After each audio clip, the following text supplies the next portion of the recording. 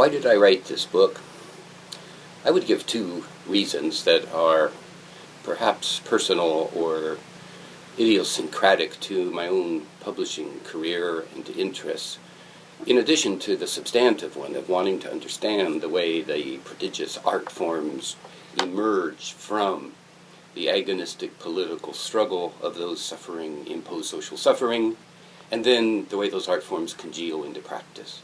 In addition to that, first of all, I wanted to explain why so many of my previous publications, from the early 1990s to the present, whether about prisons, post-9/11 powers of U.S. empire, the death penalty, U.S. mass incarceration, all these things, sex and racial justice, I wanted to explain that political impulse. One of the responses of readers has been, well, that's an ideological concern. Or maybe this writer is just into causes and is therefore interested in importing those causes into his work, and that there's no theory for this turn to the political.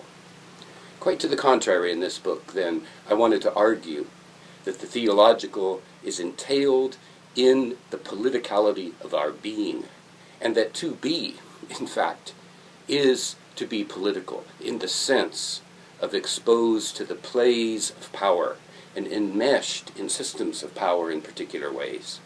Theologians need to take that more seriously, and this work attempts to address that.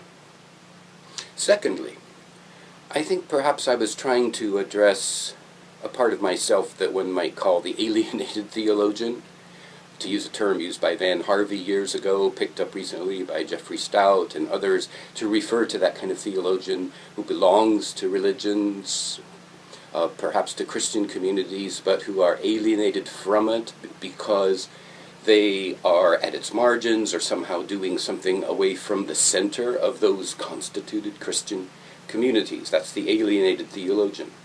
Perhaps one of the other marks of the alienated theologian is that he or she finds it often much more interesting to be reading contemporary literature, poetry, maybe even theory and philosophy, more so than, say, theology proper, with its doctrines and its references to the transcendent and so on. There's a considerable number of those kinds of theologians, and often I find myself in that number. To put this more positively, though, alienated becomes a way sometimes to marginalize folk.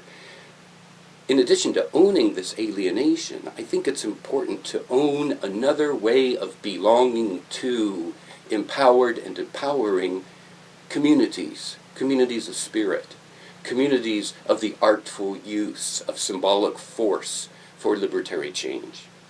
And owning that way of belonging, which to some people looks like alienation, is in fact something very important. You're involved in a powerful meaning-making of world. And this book tries to lay that out.